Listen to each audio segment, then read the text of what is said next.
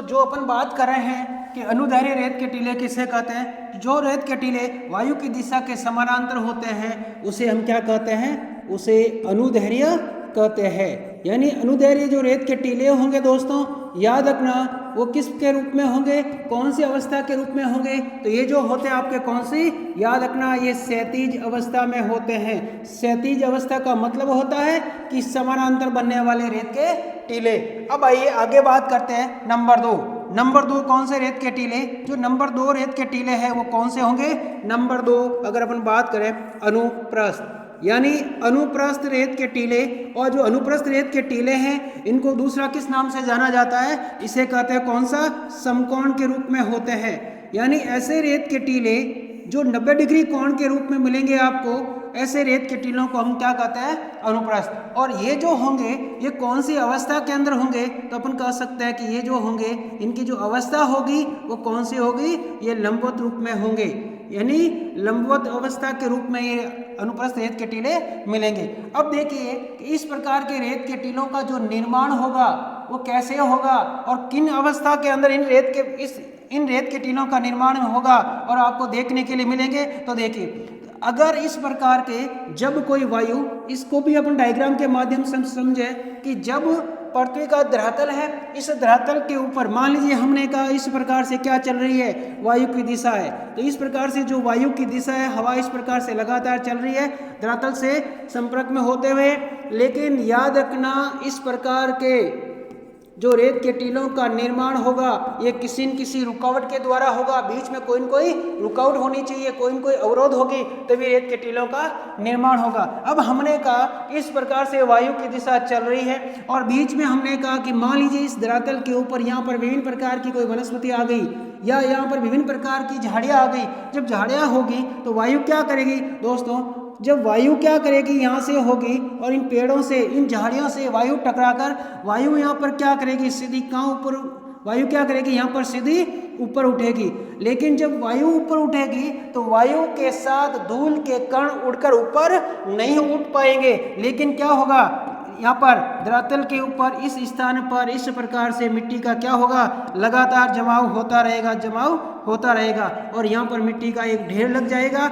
इस प्रकार के जो रेत के टीले बनेंगे, अगर हम उन रेत के टीलों को अपन देखें तो इस प्रकार के रेत के टीलों की जो आकृति होगी वो किसके रूप में होंगे, वो 90 डिग्री के रूप में होंगे। यानी समकोण के रूप में जो रेत के टीले बनते हैं उन रेत के टीलों को, यानी हमने देखा यहाँ पर कितने डिग्री कोण के रूप में, तो हमने कहा ये समकोण के रूप में बन रहे हैं यहाँ पर रेत के टीले। तो ऐसे रेत के टीलों को हम किस नाम से जानते हैं, तो उसे कहते हैं कौन सा, अनुप्रस्थ। याद रखना कि अनुदैर्घ्य और अनुप्रस्थ दोनों में अंतर है कि अनुदैर्घ्य जो रेत के टीले बनते हैं वो समानांतर बनते हैं और ये जो बनेंगे आपके, इसमें जो बनते हैं ये हमेशा समकोण की आकृति के रूप में बनते हैं। इनकी जो अवस्था होती है ये किसके रूप में होते हैं, लंबवत के रूप में होते हैं, या हम इसको कह सकते हैं किसके रूप में होते हैं, ये ऊर्ध्वाधर के रूप में होते हैं। इस प्रकार के रेत के टीलों को हम क्या कहते हैं, अनुप्रस्थ। तो दूसरे लेकिन इसमें याद रखना यहाँ पर आपको क्या होनी चाहिए, यहाँ पर रुकावट होनी चाहिए, कोई न कोई बीच में क्या आनी चाहिए, यहाँ पर किसी प्रकार की अवरोधक आनी चाहिए। जब अवरोध आएगा तभी रेत के टीलों का निर्माण होगा, अन्यथा इस प्रकार के रेत के टीलों का निर्माण नहीं होगा। अब बात करते हैं नंबर 3। नंबर 3 जो रेत के टीले मिल रहे हैं अपन को इसी शुष्क प्रदेश के अंदर जाएंगे तो साथ ही याद रखना तीसरे नंबर पर जो रेत के टीले मिल रहे हैं हमें, उन रेत के टीलों को क्या कहते हैं, उसे कहते हैं बरखान।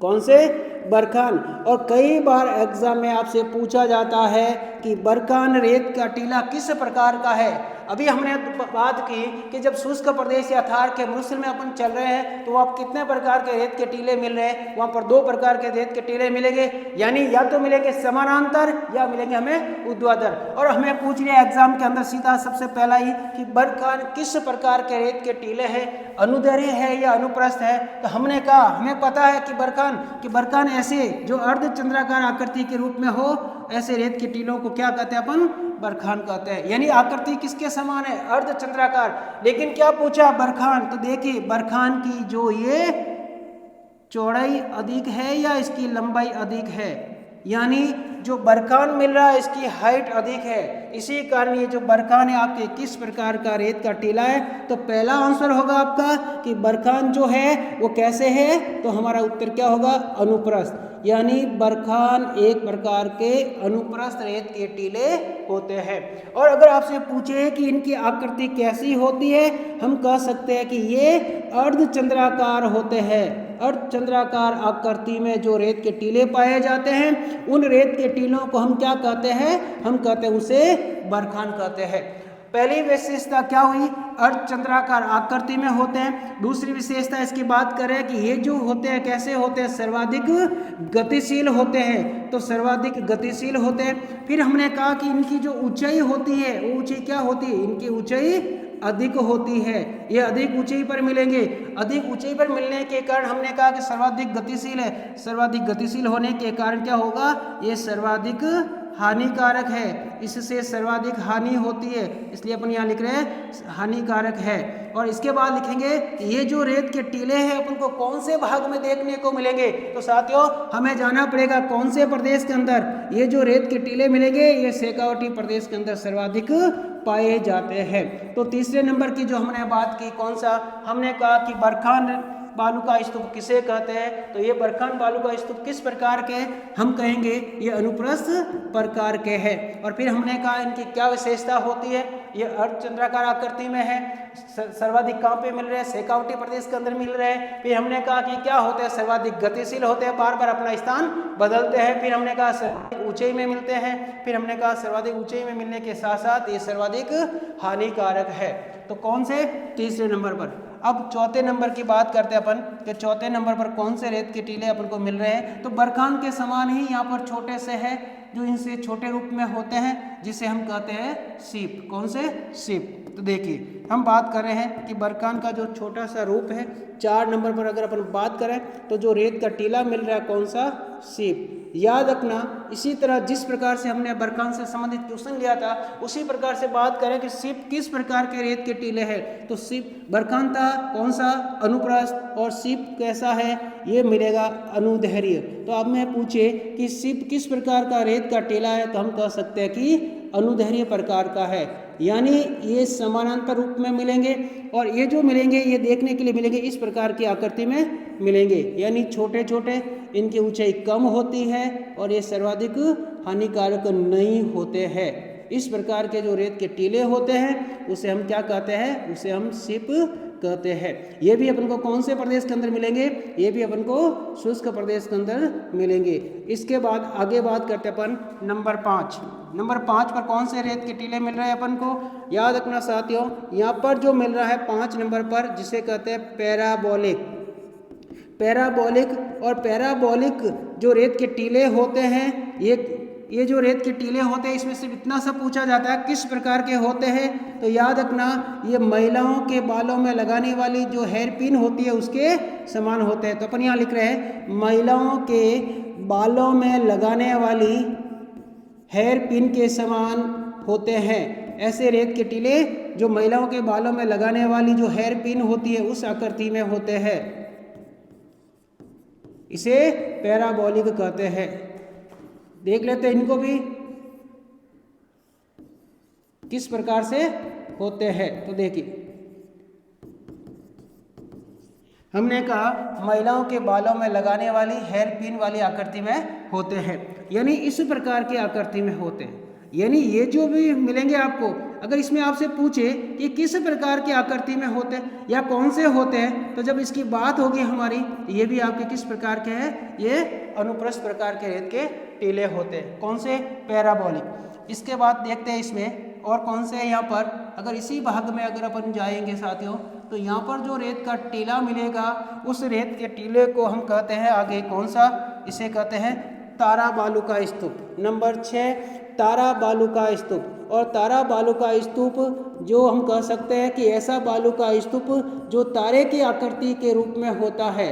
यानी इसमें अगर अपन क्वेश्चन लें कि ऐसा बालू का स्तूप या ऐसा रेत का टीला जो जिसकी कितनी भुजाएं हो, भुजाएं तो खूब सारी है, यानी तारे की आकृति में, लेकिन यहाँ पर कई बार पूछ लिया जाता है कि तारा बालू का स्तूप में न्यूनतम कितनी भुजा होती है। कितनी भुजा कम से कम होनी चाहिए, तो हम कह सकते हैं कि न्यूनतम 3 भुजा, यानी 3 भुजा वाला, जिनकी 3 भुजाएं हो उसे हम क्या कहते हैं, तारा बालू का स्तूप। याद रखना, जब इस प्रकार के रेत के टीले का जो निर्माण होगा किसके पास होगा, आपसे पूछा जाता है कि तारा बालू का स्तूप रेत के टीलों का निर्माण किसके पास होता है, हमादा, रेग, इर्ग या किसके पास होता है, इनका जो हमेशा निर्माण होगा किसके पास होगा, हमादा के पास। यानी हम कह सकते हैं कि हमादा के पास इनका निर्माण होता है। तो 2 चीज आप याद रखना, तारा बालू का स्तूप, इसमें पूछा न्यूनतम कितनी भुजा, 3, और जो इनका निर्माण होगा कहाँ पर होगा, हमादा के आसपास होगा। इसके बाद आगे चलते हैं, कौन सा रेत का टीला मिल रहा है अपन को। आगे अगर अपन बात करते हैं साथियों, तो यहाँ पर जो रेत का टीला मिल रहा है वो देखिए नंबर 7, इसमें आपसे पूछा जाता है सब्र काफिज, और इसी के साथ पूछा जाता है नेबखा, कौन सा, नेबखा। और ये दोनों जो रेत के टीले हैं, इसमें याद रखना, इसमें पूछा सब्र काफिज, जब इनका जो निर्माण होगा हम कह सकते हैं कि जब मूसले प्रदेश के अंदर अपन चल रहे हैं तो यहाँ पर छोटी छोटी क्या मिल रही है, यहाँ पर विभिन्न प्रकार की झाड़ियाँ मिल रही है दोस्तों। जब झाड़ियाँ मिलती है यहाँ पर विभिन्न प्रकार की, तो याद रखना जब वायु के द्वारा, यानी जब हवा चलेगी, हवा के द्वारा क्या होगा, मिट्टी के कण भी उड़कर इसके साथ में चलेंगे। लेकिन जब झाड़ी है, हमने कहा कि ये जो झाड़ी है और इस झाड़ी के दोनों तरफ, क्योंकि आगे वाला भाग भी है और पीछे वाला भाग भी है, तो हम बात किसकी कर रहे हैं, कि हम बात कर रहे हैं इसके आगे वाले भाग की। ये झाड़ी है और इस झाड़ी के आगे यानी रेत का धीरे धीरे जमाव होता रहेगा, तो यहाँ पर भी क्या होगा, रेत का टीला बनेगा। तो झाड़ी के आगे यानी झाड़ियों के आगे जो बनने वाला जो रेत का टीला है उसे आप क्या कहते हैं, उसे कहते हैं सब्र काफिज। तो याद रखना, जब आपसे पूछे कि सब्र काफिज किसे कहते हैं, सब्र काफिज का जो निर्माण होता है कहाँ पर होगा, तो हम क्या कहेंगे, ये जो झाड़ी है इस झाड़ी के आगे की तरफ, जो आगे की तरफ जो रेत का टीला बनेगा उसे हम सब्र काफिज कहते हैं। दोस्तों याद रखना कि थोड़ी बहुत मिट्टी का जो जमाव है इस झाड़ी के पीछे की तरफ भी जाएगा। तो हम बात कर रहे हैं कि बीच में क्या थी, ये झाड़ी थी, लेकिन इस झाड़ी के पीछे की तरफ यानी झाड़ी के पीछे की तरफ थोड़ी बहुत मिट्टी जाएगी, और यहाँ पर क्या होगा, जब मिट्टी जाएगी तो यहाँ पर क्या होगा, यहाँ पर रेत के टीले का जमाव होगा। तो झाड़ी के पीछे जो रेत का टीला बनेगा उसे किस नाम से जाना जाता है, तो उसे क्या कहते हैं, नेबखा कहते हैं। याद रखना दोस्तों, एग्जाम में आपसे पूछा जाता है कि नेबखा किसे कहते हैं, सब्र काफिज किसे कहते हैं, तो आप याद रखना कि जो झाड़ी के आगे बनता है उसे हम कहते हैं सब्र काफिज, और जो झाड़ी के पीछे बनता है उसे क्या कहते हैं, हम नेबखा। इसके अलावा देखते हैं दोस्तों कि और कौन सा रेत का टीला यहाँ पर मिल रहा है। तो जो सबसे लास्ट में अपन देखते हैं, वैसे खूब प्रकार रेत के टीले होते हैं, सबसे लास्ट में हम देख रहे हैं यहाँ पर कौन सा, तो जिससे हम कह सकते हैं कि सबसे लास्ट में यहाँ पर जो बनते हैं ऐसे रेत के टीले जिसे हम कहते हैं नेटवर्क। क्या कहते हैं, नेटवर्क बालू का स्तूप।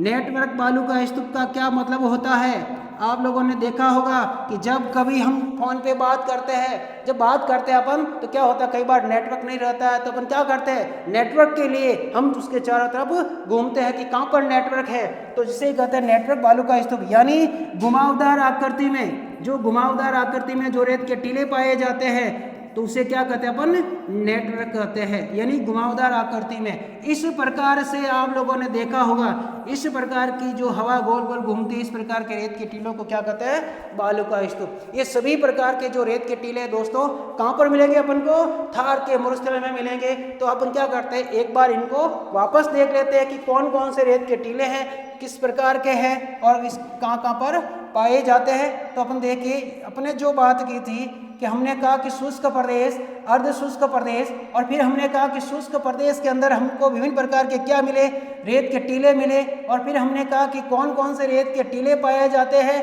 फिर हमारी बात हुई कि जो शुष्क प्रदेश के अंदर जो रेत के टीले खूब सारे मिले वो उनकी क्या विशेषता है, कौन से रेत के टीले सर्वाधिक गतिशील है और कौन कौन से रेत के टीले हैं जो अपन को देखने के लिए मिल रहे हैं। तो एक बार देखते हैं अपन इस पूरे को कि हमने जो बात की शुष्क प्रदेश के अंदर, और शुष्क प्रदेश के अंदर जिसकी बात हुई थी कौन से, रेत के टीले। तो आप लोग एक बार इनको वापस देखें और हो सके आप इनका स्क्रीनशॉट ले सकते हो कि हम किसकी बात की, शुष्क प्रदेश की, और शुष्क प्रदेश के अंदर विभिन्न प्रकार के रेत के टीले थे। तो देखिए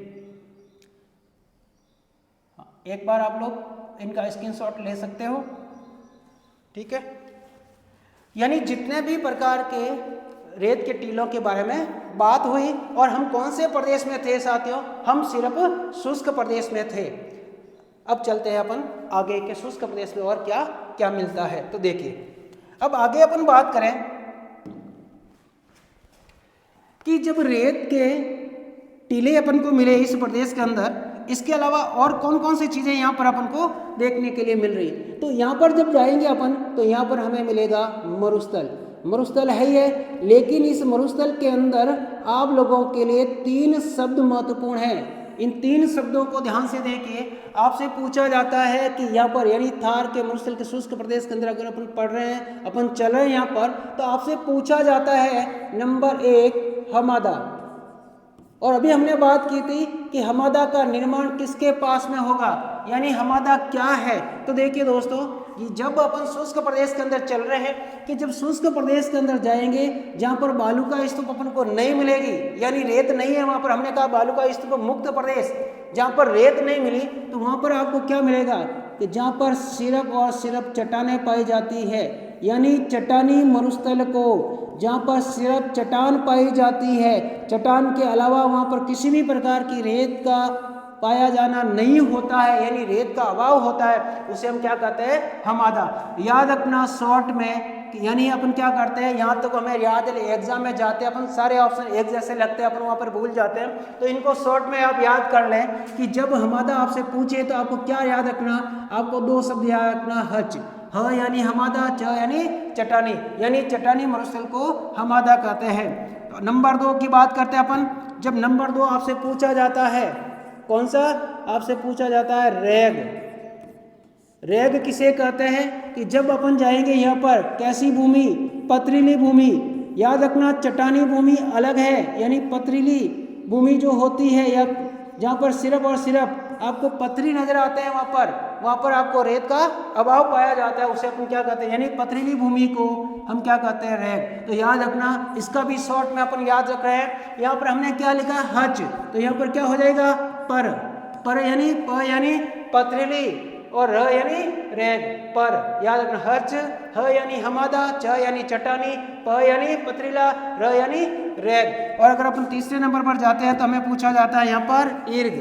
क्या पूछा जाता है, ईर्ग। और ईर्ग का मतलब क्या होता है, याद रखिए, जहाँ पर चट्टान भी मिलेगी आपको, जहाँ पर चट्टान भी होगी, जहाँ पर पथरीली भूमि भी होगी, और उनके साथ साथ वहाँ पर विभिन्न प्रकार की रेत भी होगी। जब तीनों चीज होगी वहाँ पर, तो उसे हम क्या कहेंगे, मिश्रित भूमि, यानी जहाँ पर मिश्रित भाग होगा उसे हम क्या कहते हैं, ईर्ग। तो कितने प्रकार के हमने बात की, हमादा का शॉर्ट में मैंने बता दिया, हच, ह यानी हमादा, च यानी चट्टानी, इसके बाद फिर कहा आपने प यानी पथरीली, र यानी रेत, फिर हमने कहा ईर्ग। ईर्ग में हमने कहा क्या कि जहाँ चट्टान भी है, जहाँ पथरीली भूमि भी है, जहाँ पर रेत भी है, उसे हम क्या कहते हैं, ईर्ग। ये तीनों आप लोगों के लिए इम्पोर्टेंट है दोस्तों। और आगे बात करते अपन कि और इसके अलावा और यहाँ पर हमें क्या क्या चीज़ देखने के लिए मिलती है। तो देखिए दोस्तों, आगे जब अपन बात करें, हमने कहा 3 प्रकार के हैं। अगर इस प्रदेश में अपन जाएंगे तो यहाँ पर हमें क्या मिलेगा, यहाँ पर अपन को अस्थायी झीलें मिलेगी, अस्थायी झीलें, विभिन्न प्रकार की झीलें हैं यहाँ पर। अब आप कहोगे कि मरुस्थल के अंदर झीलें कहाँ से आ गई, यानी यह अस्थायी झीलें हैं, परमानेंट झीलें नहीं है, थोड़े समय के लिए यहाँ पर पानी बराबर रहता है। तो अस्थायी झीलें कौन कौन सी है, तो देखिए सबसे पहले अपन बात करें नंबर 1 जो झील है, उस झील को कहते हैं पलाया। और आपसे पूछा जाता है कि पलाया झील का निर्माण राजस्थान के कौन से जिले में होता है।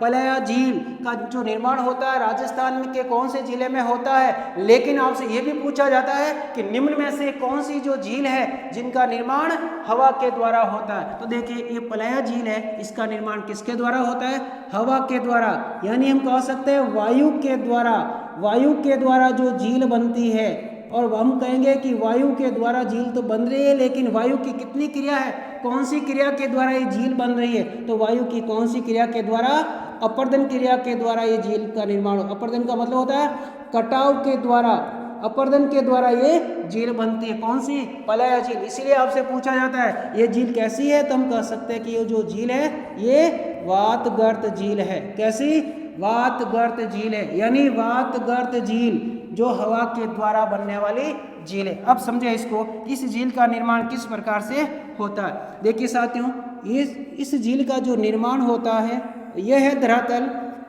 और जब धरातल से हमने कहा कि जो वायु है क्या करेगी, इस प्रकार से हवा चल रही है और हवा क्या करेगी, बार बार धरातल से होकर, जब धरातल से टकराकर हवा जाएगी तो हवा हमेशा क्या करेगी, धरातल से यहाँ पर जो विभिन्न प्रकार की जो मिट्टी है, यहाँ पर मिट्टी का क्या होगा, मिट्टी का यहाँ पर अपरदन होगा, मिट्टी का यहाँ पर क्या होगा, मिट्टी का यहाँ पर कटाव होगा।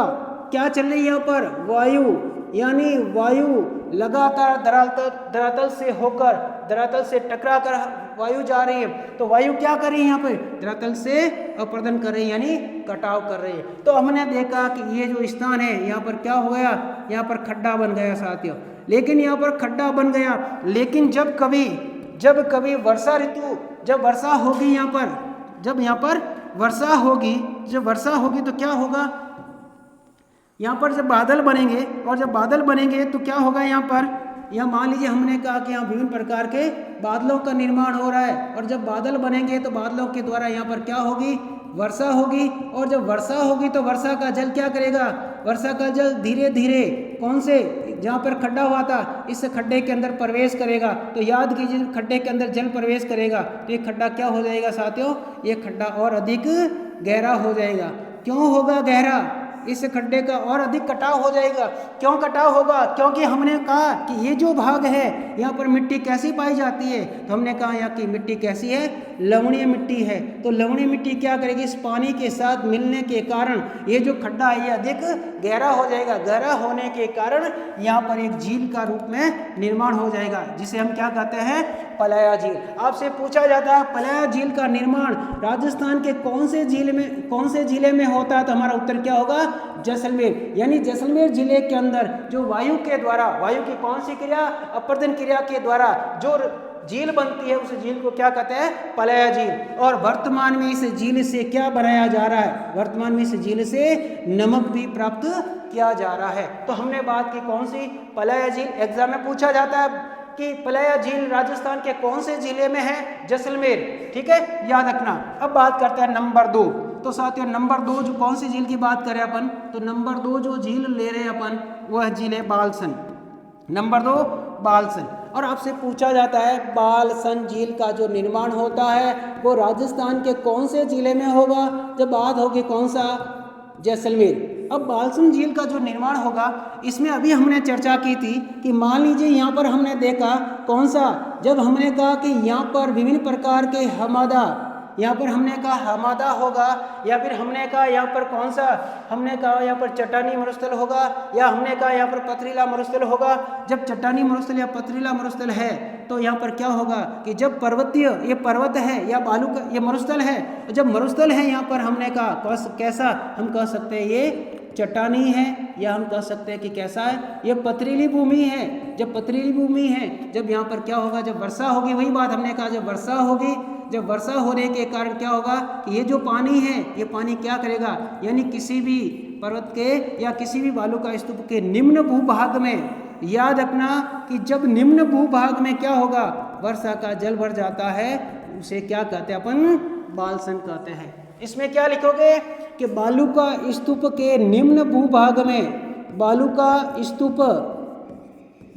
स्तूप के निम्न भूभाग में, निम्न भूभाग, या हम कह सकते हैं कि निम्न भूभाग पर जो वर्षा का जल भर जाने से जो झील का निर्माण होता है उसे हम क्या कहते हैं, बालसन। यानी बालू का स्तूप की बात की, या हमने कहा चट्टानी मरुस्थल या पथरीला जो मरुस्थल है, ये जो झील बनेगी इस झील को हम क्या कहेंगे, बालसन कहते हैं। याद रखना ये भी लंबे समय तक नहीं रहती है, जब तक वर्षा का जल है, महीना 2 महीना तब तक रहेगी, उसके बाद में झील नहीं रहेगी। इसके बाद आगे बात करते हैं अपन नंबर 3।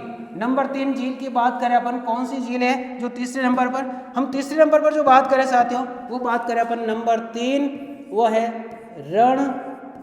रण या रण कह सकते हैं अपन, या उसे अपन कह सकते हैं टाट, रण या टाट कह सकते हैं अपन। रण किसे कहते हैं, टाट किसे कहते हैं, तो देखिए कि रण या टाट किसे कहते हैं? तो इसमें आप याद रखना कि दो अस्थायी बालू का स्तूप, यानी जो दो अस्थायी बालू का स्तूप है, अस्थायी बालू का स्तूप यानी दो रेत के टीलों के मध्य अस्थायी बालू का स्तूप, और यह भी अस्थायी बालू का स्तूप। कितने हुए? दो बालू का स्तूप, बालू का स्तूप दोनों हो गए। इसके जो मध्य का जो भाग है ये, अब याद रखना यहाँ पर कि जब तक ये मध्य का भाग है, इसमें वर्षा का जल नहीं भरा हुआ है, तब तक इसे क्या कहते हैं? इसे ढांड या तली कहते हैं। कई बार पूछ लिया जाता है कि ढांड या तली किसे कहते हैं, तो अपन इसकी परिभाषा क्या लिखेंगे कि जब दो अस्थायी बालू का स्तूपों के मध्य निम्न भूभाग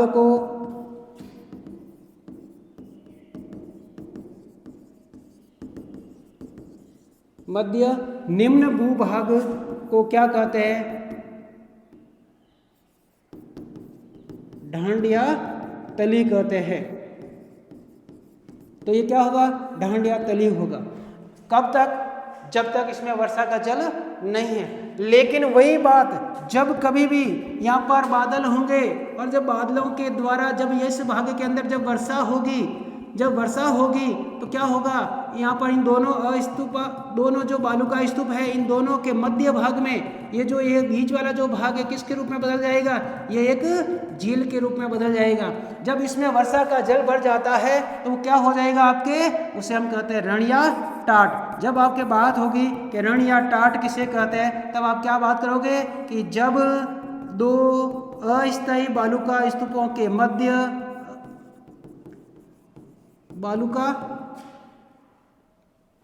दो अस्थायी बालू का स्तूपों के मध्य